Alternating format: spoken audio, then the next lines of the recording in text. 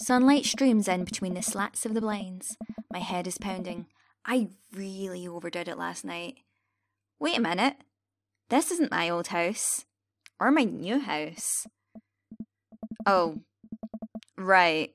I look around for Robert, but find myself alone. Hello? There's a clatter from the bathroom and the door opens. Robert is fully dressed and grabs his keys. That was fun. Yeah, it was. You should go. That's certainly not what I was expecting. Well, talk to you later. Mm-hmm. Robert cracks a smile. Sure. Your clothes are over there. Oh. I hastily get dressed and show myself out. The sun is unbearably bright. I need to lie down. I start to make my way back home when I suddenly remember... Amanda! I rush back home and throw the door open. Something smells delicious. Amanda? Amanda runs out of the kitchen and looks slightly disappointed. Oh man, I was kind of hoping you'd gotten kidnapped and I was going to have to come rescue you. No, I made a friend at the bar last night and ended up sleeping over at his place. Where are the Emmas? They left a little while ago. Oh, you guys have fun? Yeah, watched some movies, ate snacks, stole a car. You know, usual sleepover stuff. You teens and your larceny. So, this breakfast it's cooking, what's that all about? Well, there's hash browns and eggs and bacon. Oh my god, I want all of those things. Can I?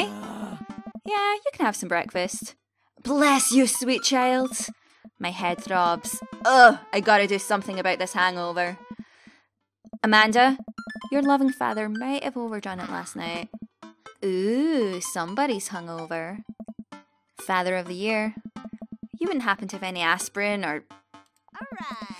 I've got just the thing. Hang on. Amanda runs to the fridge and pulls out a jar of pickles. Amanda, what? Drink this. The pickle juice. Yep, it's what I used once. I would assume someone would use. I would also assume that it works pretty well. Although I've never tried it before. I won't try it. Obviously. Who raised you? Amanda Ann, or give her a stern yet resigned side eye? You know what, let's give her a stern yet resigned side eye. I hope that she was being responsible when she was drinking. And you know what? She knows a hangover cure and she's looking after me. Now is not the time. So let's give her the side eye. I eye her suspiciously. I eye the jar of pickles even more suspiciously. This better work. I down a sip of the tart juice. No, more than that. Way more than that. I mean, I assume. Watch it, you. I drink more pickle juice and help myself to the delicious breakfast that Amanda has graciously allowed me to partake in. After inhaling some hash browns and dunking several pieces of bacon into runny egg yolk, I'm starting to feel a little better. Oh my god. I love runny eggs. I love dipping things into egg yolk. Amanda grabs her backpack and keys. Well, I gotta get to class. Don't forget the meeting with Mr. Vega, okay? He said it was important. Love ya. I'll be there. Knock him dead, kiddo. Always do. We do our secret handshake and she's off. I get a little work done at home before I glance at my watch and see that it's almost time for the meeting. I hop in the shower, change clothes and head my way. Still a little hungover. I arrive at Amanda's school and check in at the front desk. They give me a bright orange visitor sticker and send me on my way. I'm barely awake and feeling pretty haggard, but hopefully nobody will notice. I check my watch and I'm relieved to see that I'm only 2 minutes late. Wait, was it room 103 or 108? I spot a youth standing at this locker and approach him for help. I'm imagining this entire scenario like Gilmore Girls season 1 when Lorelai shows up at Chilton just wearing like whatever she had available to her. It was laundry day, she didn't have much available to her. I'm imagining it like that kind of awkward tension that's going on. I feel like everyone can see that I'm hungover. Excuse me, do you know where Mr. Vega's classroom is? The youth turns around and looks me up and down with heavily lined eyes. Come on, kid, I'm late for a meeting. Mr. Who? Mr. Vega? I don't know. Have you tried to exit? Okay, wise guy, are you gonna help me or not? Fine. Up those stairs and to the left. Can't miss him. I head up the stairs and walk around, unable to find Mr. Vega's class anywhere. After a couple of minutes of searching, I head back downstairs. That punk youth sent me on a wild goose chase. I get back to where that low-rent Gerard Way is standing, fully ready to give him a piece of my mind, when suddenly a head pops out of the classroom next to his locker. Oh. Lucian, don't you have a third period to get to? Fine, Mr. Vega. Wow. Now I'm officially 10 minutes late. I glare at him as he walks away. We're not cool. Oh. You must be Bob. This period's almost over. Would you mind waiting in the back? Mr. Vega leads me in and I take a seat in one of the comically small students' desks in the back. I might get stuck in this. Alright, where were we? Now, who can tell me about the unreliability of the narrator in J.D. Salinger's Catcher in the Rye? Yes, Colin? Colin stands up and does the thing where he blows into the crook of his elbow to make a fart noise. The whole class erupts in laughter. How old are these kids? Alright, everybody. Very funny, Colin. Please sit down. No, seriously, how old are these kids that are making fart noises and everyone's laughing at it? Now, Holden Caulfield is an unreliable narrator in the sense that the bell for the end of the period rings. All of the students immediately get up and make a break for the door. Whoa. Remember to do the reading and answer the response questions on page 194 in your textbook. Nobody's listening. Or not, I guess.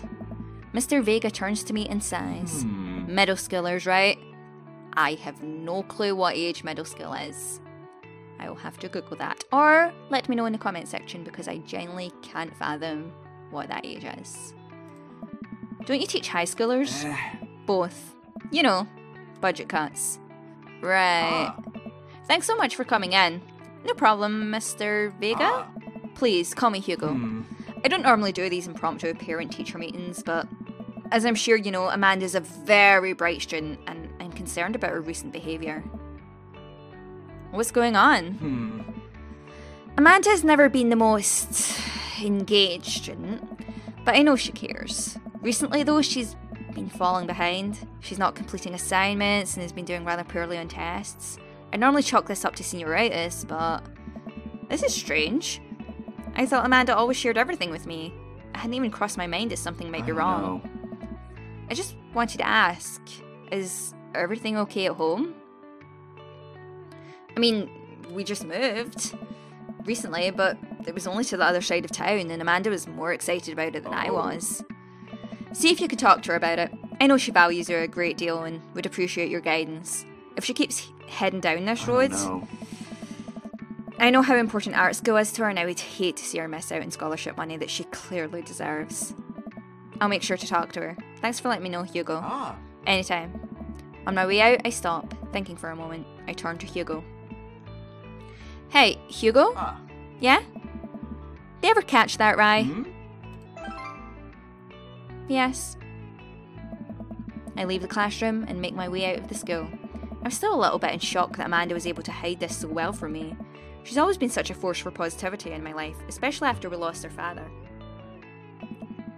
Amanda must be done with classes for the day by now. I'm sure she would appreciate a ride home and maybe I can talk to her about what's going on. I pull up to the carpool and Amanda hops in the passenger seat. So did you have fun gossiping about me? Mr. Vega and I actually just gossiped about our celebrity crushes. So you talked about Mario Batali the whole time? It was a very productive meeting. I'm pretty hungry. Can we grab some dinner? Sure thing. We can make something at home or let's go to the mall food court. She said she wanted to grab something, so we'll go to the mall food court. Does that sound good to you? Yeah, sure. Why the mall? Jeez, can a dad take his daughter to the mall? Let's go to the mall today, today, today. Will you buy me things? I will buy you a thing, singular.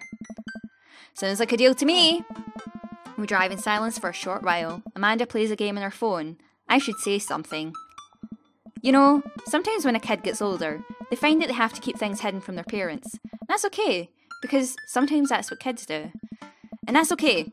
But also, sometimes it's good to have the parents' perspective, because, you know, maybe the parents have also dealt with similar situations, and maybe they're a little cooler than you give them credit for. Anyway, what I'm trying to say is that it's good to share. Love you.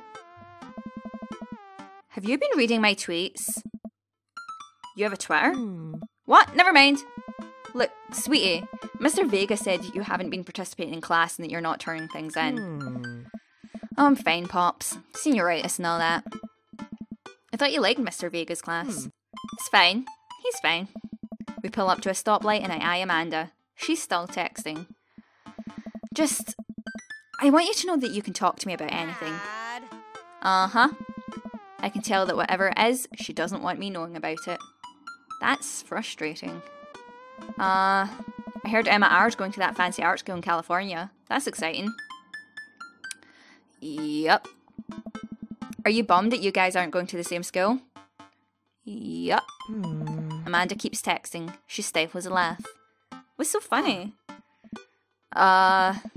It's I don't think you'd get it. Okay. Who are you texting? Noah. Who's Noah? My friend. Does he go to your school? Yep. Do you like Noah? Hey. What? No. Dad? Ugh. I can't believe you would... Ugh.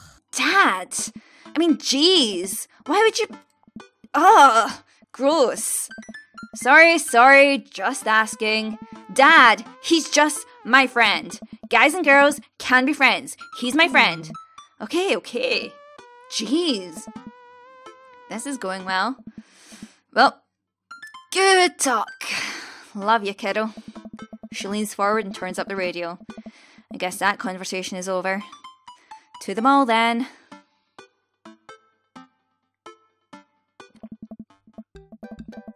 We arrive at the mall, a big indoor shopping centre with a couple different floors.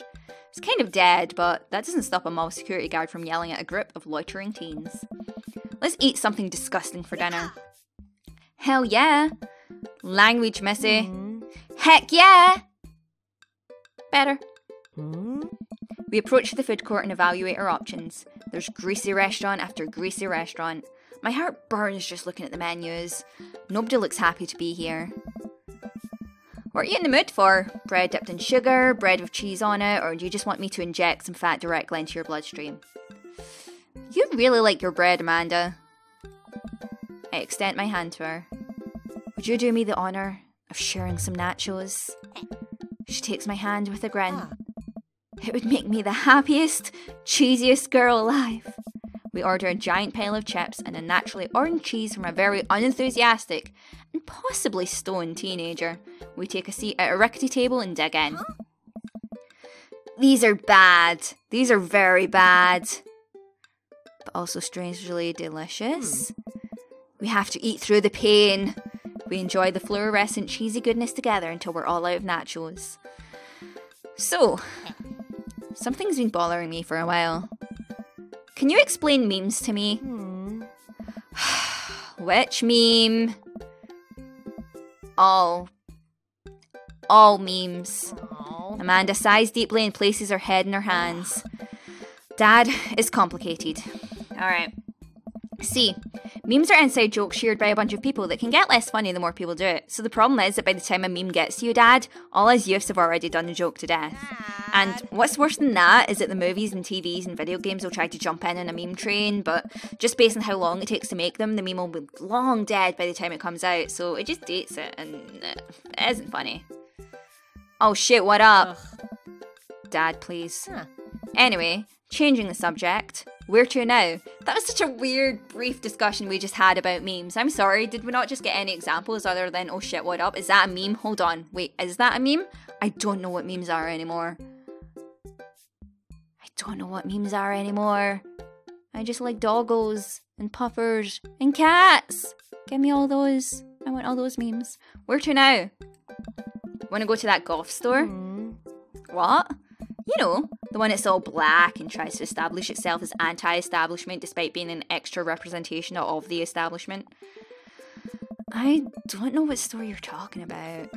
You know, the one where you can buy chain wallets and it's basically assault and what people fought so hard against in the punk and hardcore movements of the 70s and 80s.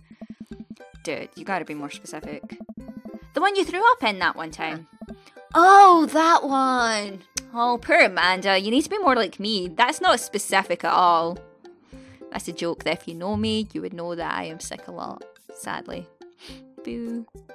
Hey! Amanda runs into the store with me trailing behind her. She makes a beeline for the back. Yeah. There it is! You can still see the outline, kinda. I'm so proud. Speech! Amanda. Yeah. Speech! Speech! Speech! Speech! Alright, I'll do it if you stop chanting! Amanda stops immediately. I clear my throat. Thank you all for joining us here today to commemorate an historic moment that would forever shape history. On a day very much like today, some 5 years ago, our very own Amanda MsCarsonelle had too much blue raspberry slushy on an outing to the mall. After begging her father to take her to Dead Goth and Beyond to buy rainbow suspenders, she proceeded to throw up all over a display of My Chemical Romance merchandise. Her loving father then had to pay for said merchandise, which to this day remains among our possessions. Thank you. Amanda is moved. She begins clapping. Slow at first, then faster and more vigorously. Several other patrons turn their heads. One of them also starts clapping. I bow my head. Oh hey, chain wallets! While Amanda busies herself looking at band t-shirts, I try to find something of interest to myself. Not much for a dad to look at in Dead Goth and Beyond. Hello, let's look at the ironic mugs. I'm suddenly stricken by existential fear. If there's only one number one dad, then why are there so many mugs here that say that? Oh no! Existential crisis! The whole time I thought I was the only one. If I'm not number one, where do I place in the global dad ranking charts? I have work to do. Look, this is very important to me. I overhear a stifled argument over at the cash register. An older gentleman is carrying a garment and showing it to a bored-looking cashier with pink hair. I can see that. Don't know what to tell you, dude. I just work here. Listen, when I bought this online, the website said this blouse was Victorian-inspired. However, when I received it, it clearly held the trademark of Edwardian dressage. Do you want... Oh, sorry, that's the cashier. Do you want a coupon? I can give you a coupon. Will you leave if I give you a coupon? Is there a manager present? People have to know what they're buying. I am the manager. I see. Well, it would seem that I have outstayed my welcome. Good day, shopkeep. Your superiors will receive a strongly worded letter by post. Whatever, dude. The man whirls around and storms out, his literal coattails trailing behind him. I can't tell if they're Victorian-inspired or Edwardian in nature. I'm trying to think what I know about Victorian and Edwardian dress. Surprisingly little. Which I know isn't really like a surprisingly little thing, but considering I have done like a lot of research into those time periods, you would think I would know a little bit about the dress period, but apparently not. Like, frankly, I think if I got a blouse and it was labelled Victorian and it turned out to be Edwardian dress, I would not be able to know the difference. Amanda trots up to me with a t-shirt in her hand. Oh boy. Here it comes. Hey, Dadtron 5000! Yes, I'll buy it for you. Wow, that was easy. Thanks. At least it's only one this time. Amanda plops the shirt onto the counter and grins at the cashier. I love your hair. The cashier says nothing and rings Amanda up, radiating hatred. I hand her a 20. So what was that guy's deal? The cashier rolls her eyes so hard I'm worried she'll pull something. That's Damien. He's in here all the time. He's obsessed with Victorian fashion or whatever. She hands Amanda her bag and it's clear the conversation is over. Why doesn't the dude just look on Etsy? We make our way out the store and head home to get some rest. Amanda and I sit on the couch trying to find something to watch over bowls of ice cream. Oh cool! Long Haul Paranormal Ice Road Ghost Truckers is on. Your favourite, right?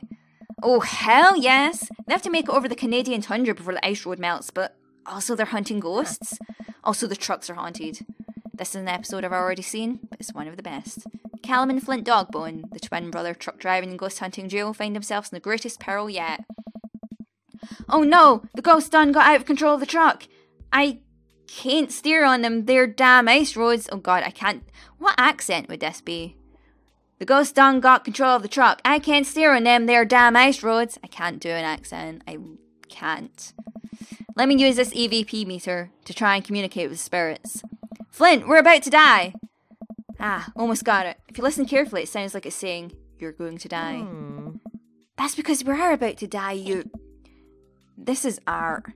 The episode ends and Amanda excuses herself to go and start arguments on the internet.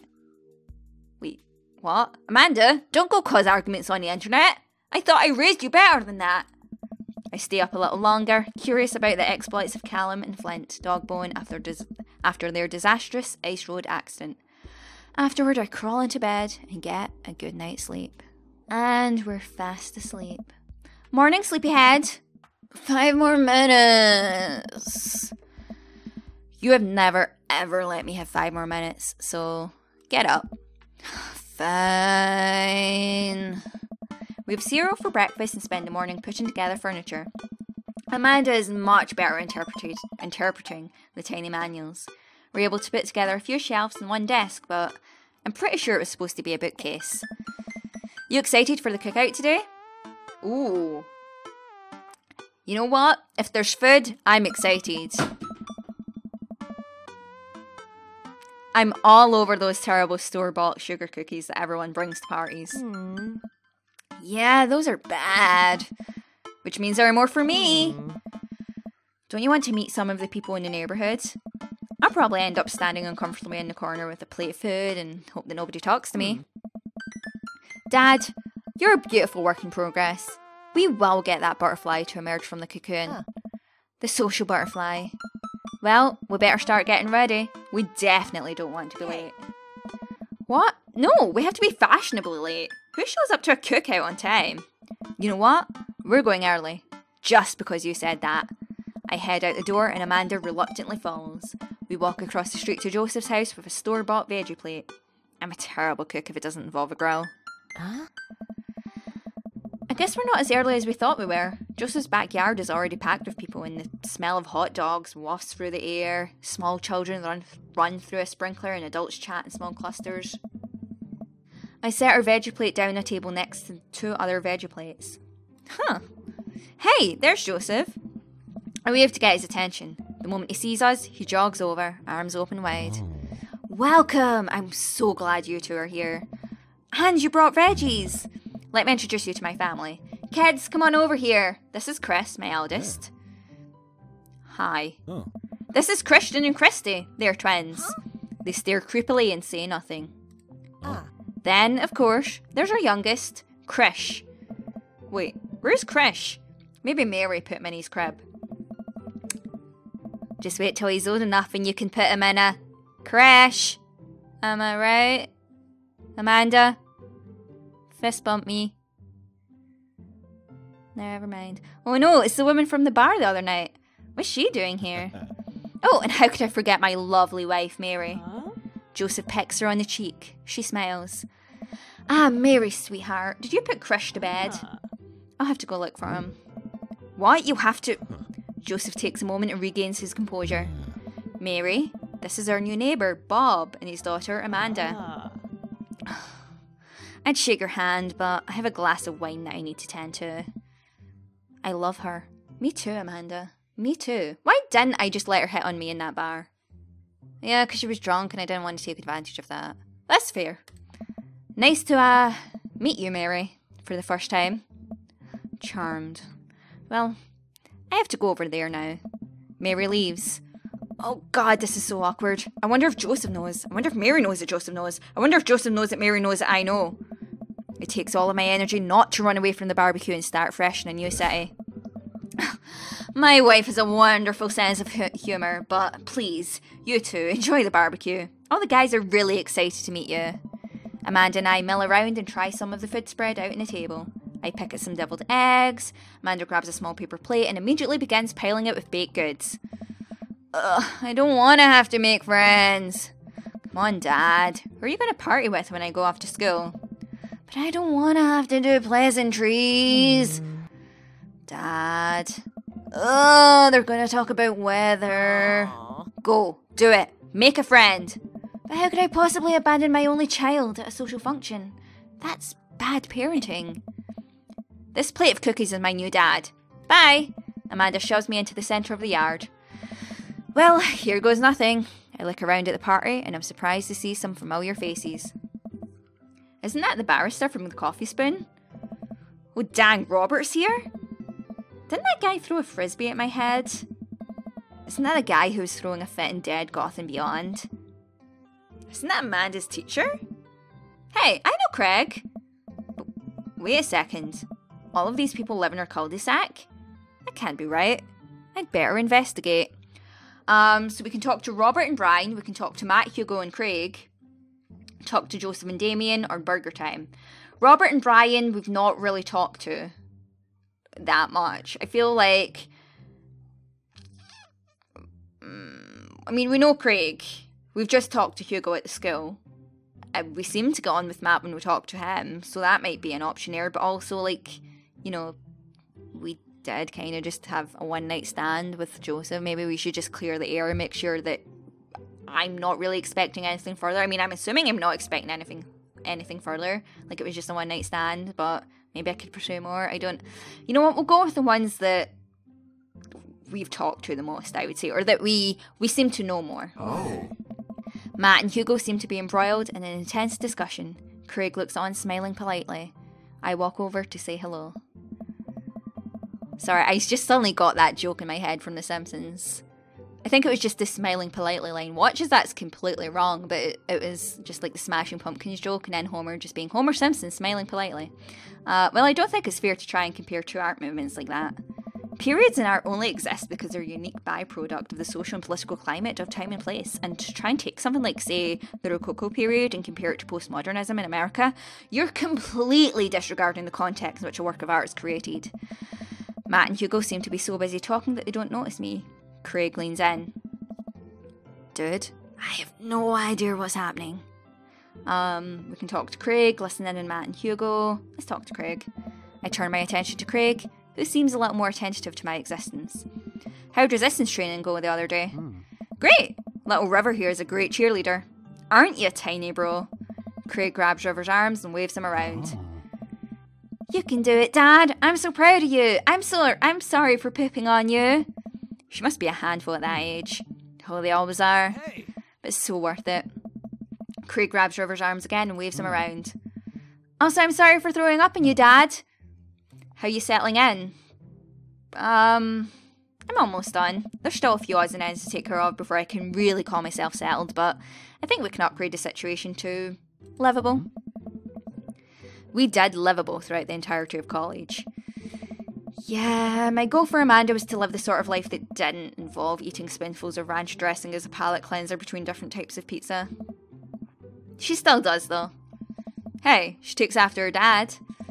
Bob, how are you liking the neighbourhood? It's pretty nice. Everybody's been super friendly. Seems like your daughter's fitting in just fine. Matt points across the yard to where Amanda, Daisy, and another young girl are playing. They're all sitting cross-legged in the grass, picking weeds and weaving them into little flower crowns. It's pretty adorable. The girl I don't recognise jogs over to us. Hello, save yourself the effort, just open up Snapchat, use the filter, you already have a flower crown. Duh, come on, Amanda. What is it, sweetheart? It's a flower crown. I thought you'd look cute in it. Well, there's only one way to find out. Snapchat. Matt takes the flower crown and places it on top of his head. Am I cool now? The girl stares at him, thinking it over. No, but you're slightly less uncool than you were before you put it on.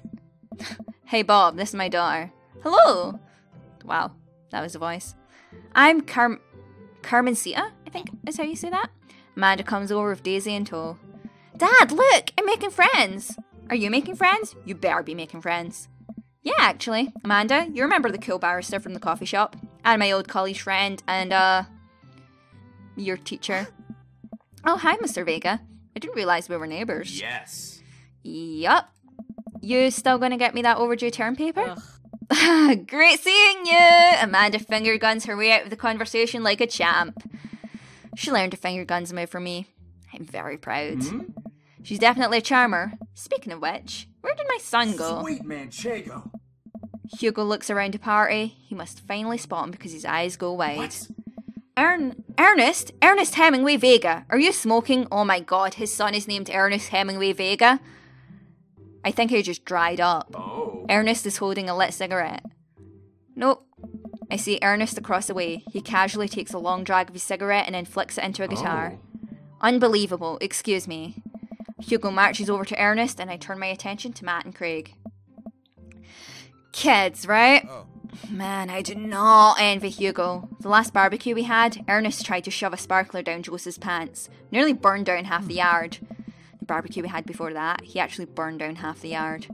And then it spread onto my lawn and burned down half of my yard too. Oh no.